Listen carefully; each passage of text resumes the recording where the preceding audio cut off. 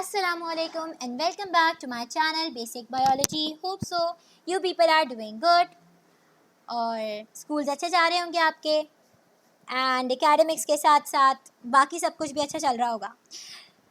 So in the last video मैंने discuss किया था सेलुलर लेवल ऑफ ऑर्गेनाइजेशन तक, राइट. आज की वीडियो में I will try to cover all these steps because I know this is a very lengthy question और exams के point of view से it's very important question. So level of organisation वाले question को मैं थोड़ा सा detail में और आहिस्ता आहिस्ता डिफरेंट पार्ट्स में हम कवर कर रहे हैं.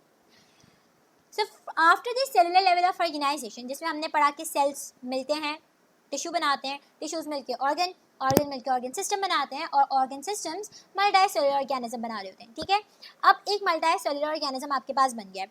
अब हम क्या करते हैं, अब हमारे पास एक नया लेवल है ऑर्गेनाइजेशन का, जो शायद ही आप लोगों ने पहले इसके बारे में कभी पढ़ा हो.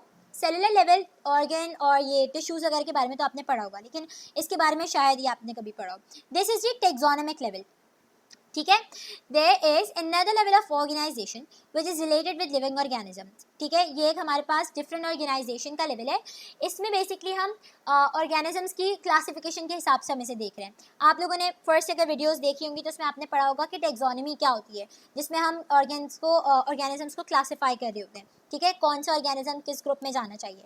ठीक, सो टेक्सोनोमिक लेवल को लेते हुए अब हम चलते हैं आगे. द स्पीशीज, नाम सुना ही होगा स्पीशीज के बारे में, मैं आगे एक्सप्लेन करती हूँ. What is species is the smallest unit of taxonomic level.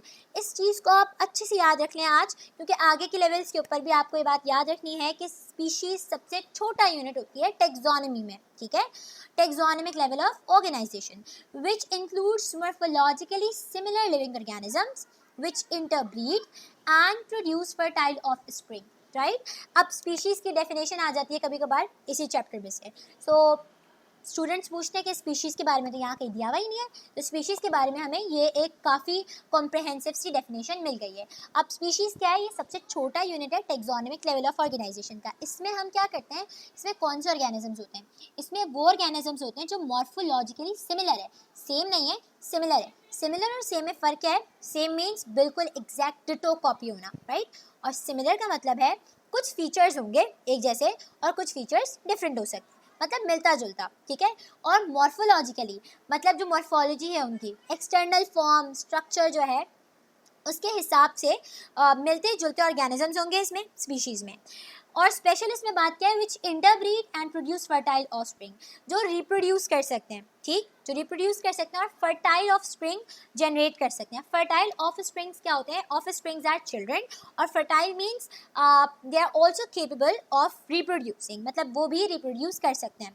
ठीक है, सो स्पीशीज़ हमारे पास एक ऐसा यूनिट होता है जिसमें मॉर्फोलॉजिकली सिमिलर लिविंग ऑर्गेनिजम्स होंगे और वो इंटरब्रीड भी कर सकते हैं.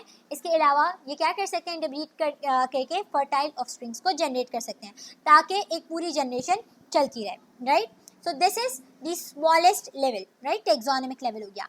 Next is population level. Species के अलावा भी हमारे पास वैसे टेक्सोनोमिक लेवल के अंदर और भी डिफरेंट लेवल्स होते हैं, लाइक फाइलम, किंगडम्स वगैरह वगैरह, वो आप लोग थर्ड चैप्टर में पढ़ेंगे. Next is population level. All the members of a species living in a specific habitat are called population. मतलब एक घर है जिसमें बहुत सारे इंसान रहते हैं, ह्यूमन बींग्स रहते हैं, तो उस घर में अगर 10 ह्यूमन बींग्स रहते हैं तो हम कहेंगे ये 10 ह्यूमन बींग्स की पॉपुलेशन है. और अगर उस घर में कैट्स भी रहती हैं, 5 कैट्स रहती हैं, तो हम कहेंगे यहाँ पे कैट्स की पॉपुलेशन कितनी है, 5 है. तो स्पीशीज़ क्या है, पॉपुलेशन क्या है, स्पीशीज़ का ही नंबर लगाते हैं हम कि कितनी मेंबर्स जो है एक स्पीशीज़ के इसमें पाए जाते हैं, एक स्पीशीज़ के कितने मेंबर पाए जाएंगे. जैसे यहाँ इन्होंने एग्जाम्पल दिया, group of parrots living on trees called parrot population. Next is community level. अब कम्युनिटी लेवल में क्या है, the members of different species living in specific habitat are called community level.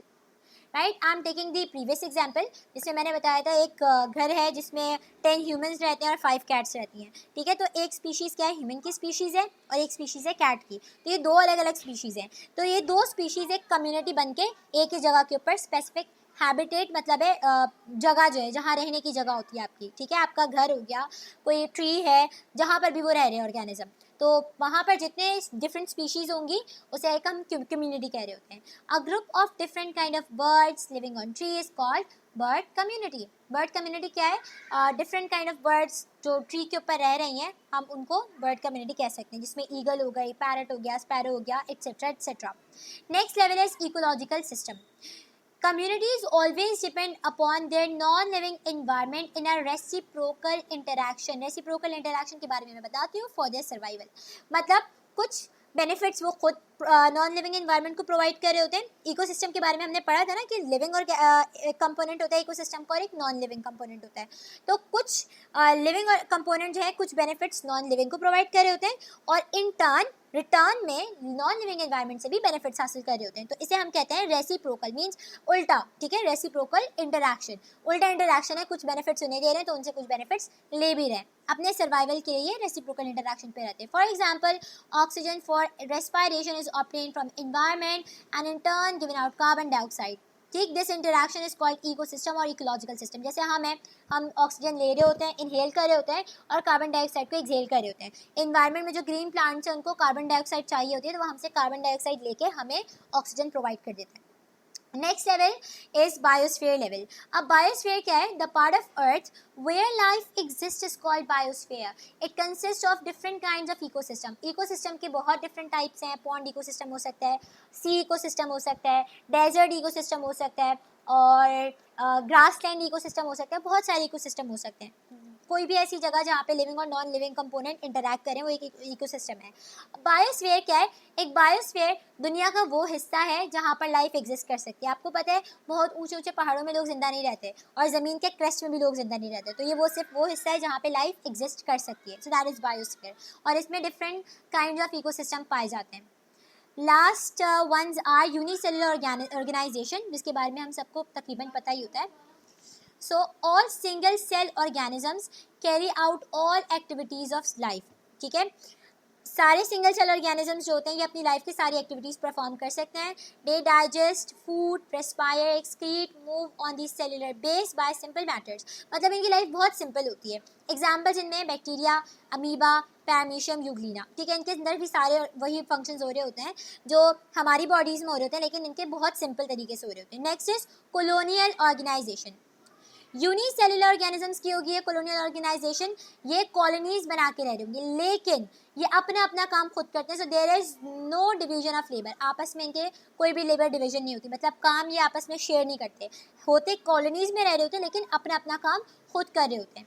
अगर यही कॉलोनीज अपना अपना काम एक दूसरे में बांटना शुरू कर दें तो वो क्या बना देंगी? एक मल्टी सेलुलर ऑर्गेनाइजेशन बना देंगे। So remember that colonial organisation और मल्टी सेलुलर ऑर्गेनाइजेशन में ये फ़र्क है कि कॉलोनियल ऑर्गेनाइजेशन में there is no division of labour, ठीक, जबकि मल्टी सेलुलर ऑर्गेनाइजेशन में हमारे पास ऑर्गेनिजम्स बहुत सारे सेल्स मिलकर एक इंटरैक्शन में कोऑर्डिनेशन के अंदर रह रहे होते हैं, तो हम कह सकते हैं कि there is division of labour.